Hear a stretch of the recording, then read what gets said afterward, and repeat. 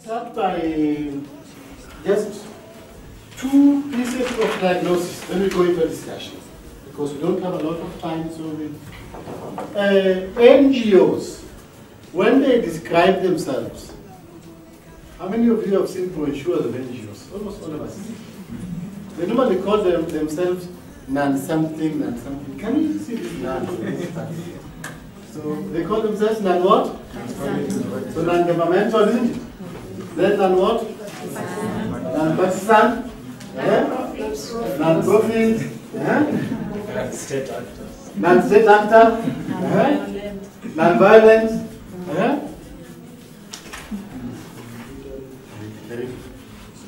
Non-violence, non-what else?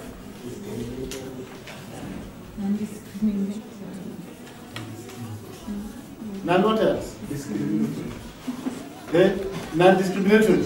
Okay? Let me ask you a question. Is there something around this non? What do you think? Is there something around this non? Because the truth seems to be that lots of NGOs, like my brother here was saying, there are many of them who are fairly governmental, isn't it? There are many of them who are fairly partisan, isn't it? And there are many of them who are profit-making. But for them to get an image and to get the story to exist, they start by disclaiming. One of the biggest problems, therefore, in our political scenario is the god of hypocrisy. Is this none.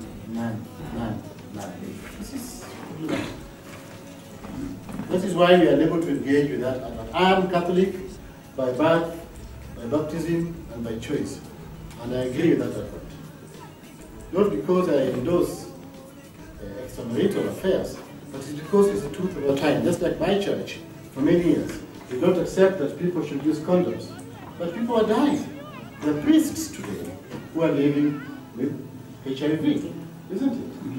I'm a Catholic, but I think that celibacy that the priests live in is neither a theological truth or a philosophical truth. It was a pragmatic decision made because priests were running amok. So we had to look for a way of bringing order. And you say, God says don't do this, and then you go and do selective biblical importations. So, and I think part of being an activist also means that we're able to denaturalize some of these things.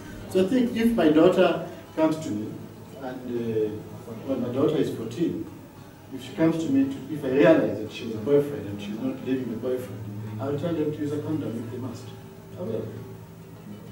That's the reality of life. And I think part of what we're being asked to, when Dan was talking about being going into politics, about where do we put pragmatism and how, when we abandon dogmatism. Being dogmatic, saying, I'm a Catholic, this culture, I think we have to engage with these things first. And perhaps that's the problem with NGOs, with this non thing. So let's go then from this non thing to the history of Bunge la Mwananchi and some of the Bunge la. Why did Bunge la Mwananchi come to be? While at the time when it came to be, we had RPP, for example. We had Kenya Human Rights Commission, which was going into the grassroots. We had 4Cs, which had done effective work in the movement of citizens for constitutional change. Some of you know MCC had just done a lot of work at that time. But why did Bunge la Mwananchi come to be? What is it that this non group could offer that Bunge came to offer? So then we come back to the core question of this vibe between social movements, NGOs, and politics. Yes.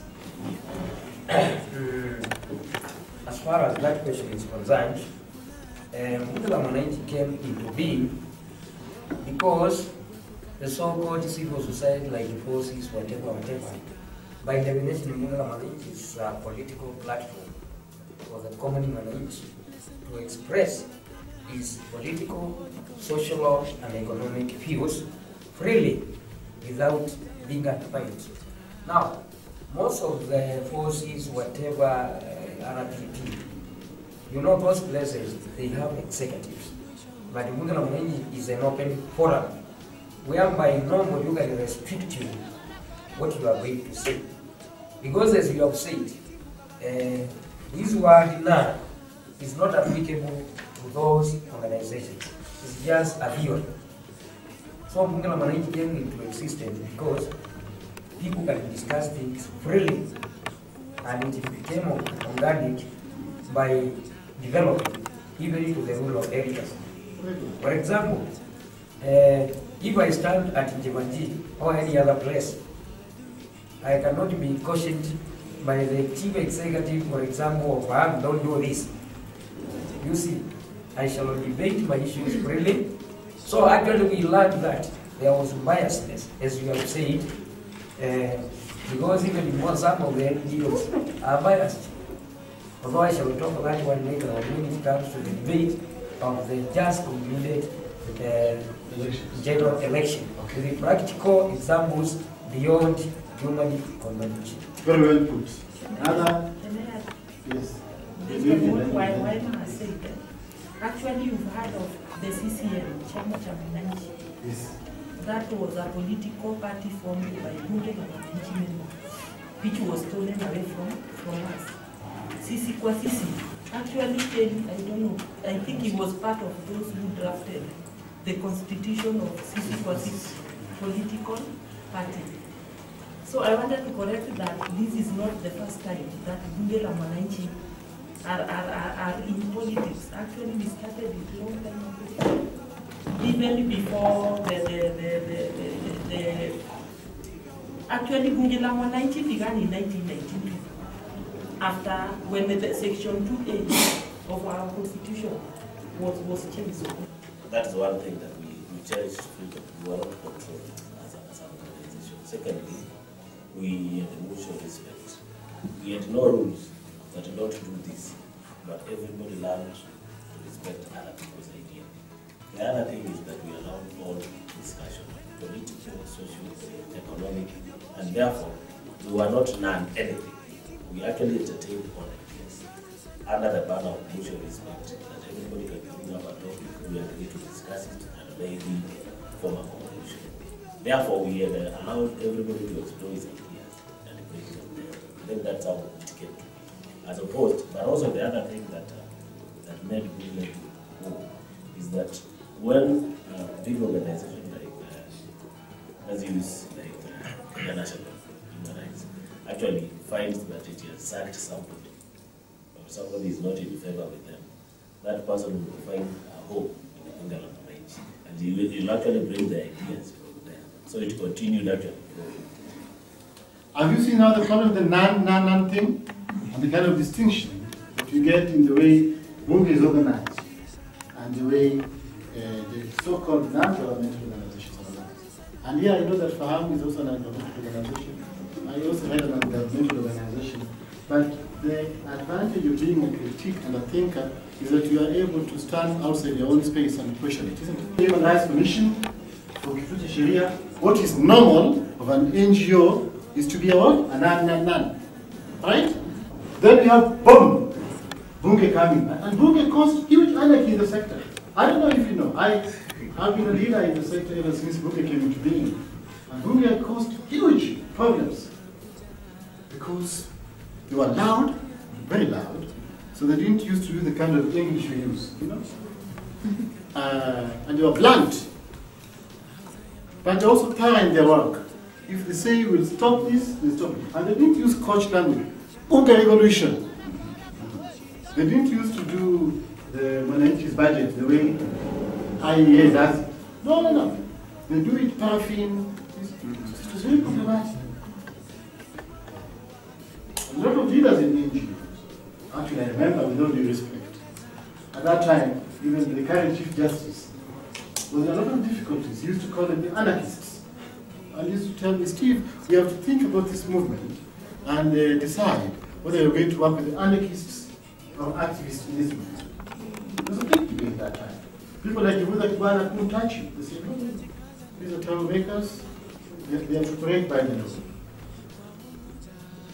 So the kind of, what I want to bring to your attention is that normally, when we deal with situations, We build what is normal. Just like an heterosexual person believes that being heterosexual is normal, and therefore somebody else is of same-sex union, and that's abnormal. So NGOs believe, where is the registration? Who is the chairman? Who is the secretary? That is normal. So if you come with the space concept, you say, oh, that's not normal, there's a problem there. And therefore, part of the logic of forming the movement is not just about establishing a situation or institutions, but it's also about building a new normal. No normal is constant. The logic of civil society organizations is based in the idea that there is no monopoly of what's normal. For example, me, I have no hair. You have dreadlocks. What is normal? And that's a discourse, because this movement idea is not just about we are, it starts from me. That's why the current constitution is very useful with the values issue. So, did you get that thing of the normals, first of all? A possible normal, which is normally hegemonic, is what is in union with the power, it promotes dominant interest, and then the contestation of building a new normal. The difference between Bunge and the nuns is that the one that stands out for me so clearly is the academic one. Because at Bunge we are supposed to be dunderheads, we are supposed to not be able to explain ourselves, we are supposed to have not gone to school, yeah, and we are supposed to be lowlifes. But then you look at the nuns, and now you go and compare with the Bunge, and you actually find people who might not have the structured academics, but have doctorates. Yeah, I would call Kelly in a meeting, and Kelly would have a PhD, and he wouldn't even need a laptop to do it. Yeah, I would call Waema in a meeting, and it's not even a meeting on governance alone. It is people who are at peace with everything that is happening in their environment. Yeah, so they are conscious about everything. And I believe that the fear that the nuns have, and the fear that made them label us, because when they label us, then we also start questioning ourselves, was because we didn't have hindrances. If I want to ask you a question, I ask you, because there's nothing that is barring me, because you're the Chief Justice, not to ask you a question. But the nuns have those barriers. Yeah. Aesthetics of existence. Aesthetics of existence. Exactly what you say. You know, NGOs in this country have particular aesthetics. You know? It's like having a hairstyle. There's a way, in fact, if you go to an NGO workshop, there is always the first 40 minutes which treats you into some creative introduction, expectations. You know those things, isn't it? Isn't it? Norms, yeah? Isn't it? 40 minutes. But ask yourself, when the elites go for board meetings, do they do those things? So why do they do it to workshops? Have you asked yourself that question? You know why they do it? Because they want to, first of all, culture you, isn't it? That's the idea. They want to culture you because of exactly. Normalize you. Normalize you. And they are all normal. Are you with me? Those aesthetics of existence is one thing that Bunge brought away from.